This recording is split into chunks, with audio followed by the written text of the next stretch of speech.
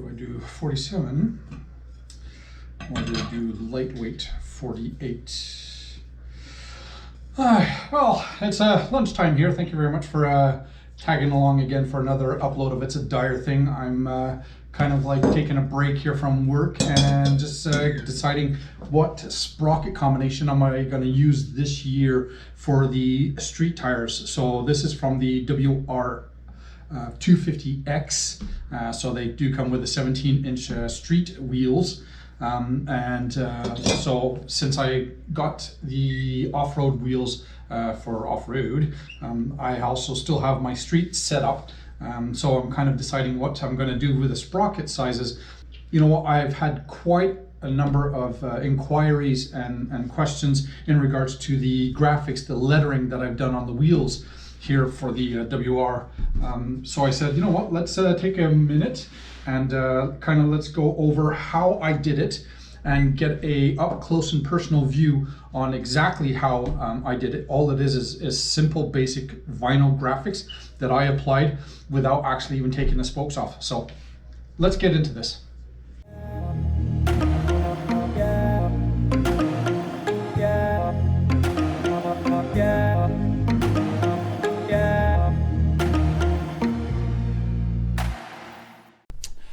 All right, so as I was saying, let's kind of get a closer view and exactly as to what I've done here to make the actual lettering of the Yamaha. So basically all it is it's just a vinyl graphic.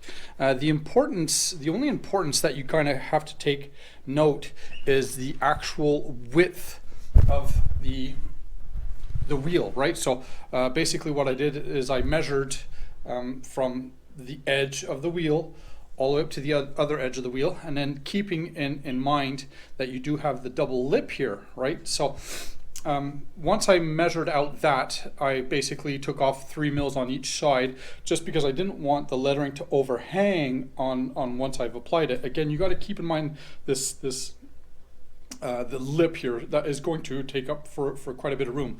So once I've done that, I basically measured out the actual width that I needed. So let's say, give or take, it was like 6 inches in total.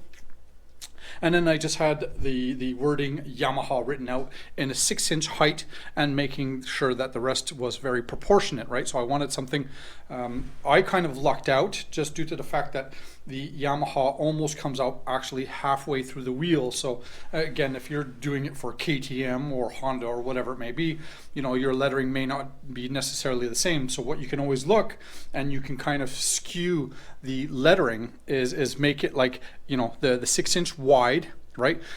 Your diameter is a 17-inch wheel, so technically speaking, you divide that by 2, right? So you're down to 8 or 7.5 inches, give or take, right? So so you want your lettering to be like 8 inches in length. So not that you're going to keep it all in one vinyl piece and then you're applying it all in one shot, because as you can see, you have spokes that are taking up a lot of room, which, you know, just makes the job absolutely horrendous. So once you've decided what side the lettering you want it to be displayed as, what I have done myself, and again, when you get up really close, you can kind of see all the details, and you can see like, okay, whatever, I can see exactly what you did. But when you're riding or on from far, so when the bike is down on the ground or the wheel's on the ground and you're looking at it, you actually don't even notice this. So really don't pay too much attention to the aesthetics or the finish of it when you're up close, because you don't really notice it. And everybody that had seen my bike, you know, they're all like, oh wow, that's so cool, like, you know, how did you do that? It's got to be so hard. It really truly isn't. So I basically cut each letter off from the vinyl itself, and then I cut on all around the actual lettering itself, just keeping the back paper on there, so the protector paper, so that this way I can kind of move the lettering in and try and find the best position possible, so I don't have to do as much cutting. So just to try and simplify the installation as much as I can. And once I found the best position to put the letter itself, that's where I'll kind of start from the one end or on the other, depending on what letter it may be, just to make it a little bit easier. I would start, let's say, at the bottom of the Y, and I kind of roll myself up and then peel the backing part of the graphic off and then start applying it, and then kind of just doing a rough application, so putting it in, and you can see it's like kind of all bunched up here. So then I would take my vinyl cutter or my knife, a hobby knife, and I would just start cutting it around, and then just slowly taking my time and being able to kind of work it in. Now again, I could probably even clean it up a little bit more than that if I wanted to, but you know, I'm not going to you know, go crazy over it, right? So just basically doing a rough cut. Again, you know, ultimately the best thing to do would be to unlace it and then put your vinyl graphics on and even paint it and do all that. But you know, worst case scenario, yeah, unlace it, put your vinyl graphics on, and then relace it.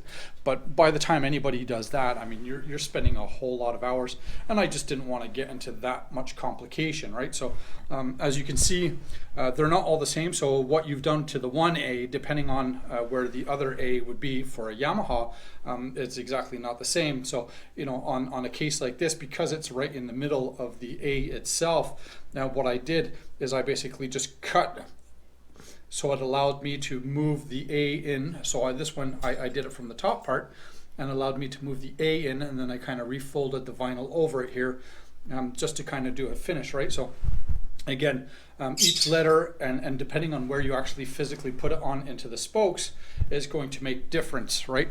But once it's actually on and you're actually looking at it, I mean, you really can't tell, right? So for the most part, it's really nice.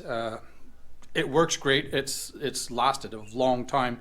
And again, you know, if you have extra time on your hands, then you can always do it properly. And like I said, is unlace it and then actually put the vinyl in, clean it really good, and then even paint it. So then you take the graphics off and it's actually embedded into the paint and makes an absolute 100% professional job. So yeah, again, it really all depends on what you guys want to do here and how much time and money do you want to get invested into it. But I mean, for the most part, it actually looks super, super nice when you're rolling. And again, when it's on the bike, you really don't see it. So other than that, the only other difference with this is I do have the reflective pinstriping here. So again, this was kind of going off of the flow of the whole bike of the white, blue, and black theme, right? So anyways, if you have any questions, if you have any suggestions or comments, do let me know. Fire them down below. I'll be more than happy to kind of give you as much detailed information as I can. But for the most part, just take your time. It's really not that hard. Don't overcomplicate things. Get those numbers cut out and prepared. Have it in hand so it's exactly the way it's going to be once you put it on.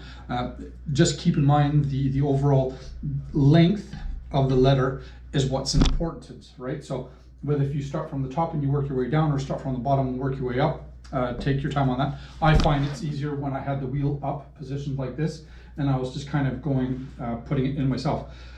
The spacing in between each letter, you know, you got to keep in mind from the bottom parts to the top parts, right? So you always got to find the closest the closest section of each wheel as when you're putting it in. Yeah, here there's a lot of spacing right here, but here there's a lot less spacing in between the Y and the A, right? So you always got to make sure that both sides up at the top and at the bottom, you're not going to overlap anything, otherwise it's going to look really horrible. So you got to kind of really take your time, get that measurement in right, and you know, even if you have to put some water and then soapy water and stuff like that and put it on and then lay it out and then kind of beat the water off, just to you get a little bit of movement so you can kind of do some corrections. Probably the best thing to do, but it's easy. Anyways, so hopefully you like this video. Hopefully it kind of give you a little bit more idea on how I did mine and kind of give you guys some ideas on how to do yours.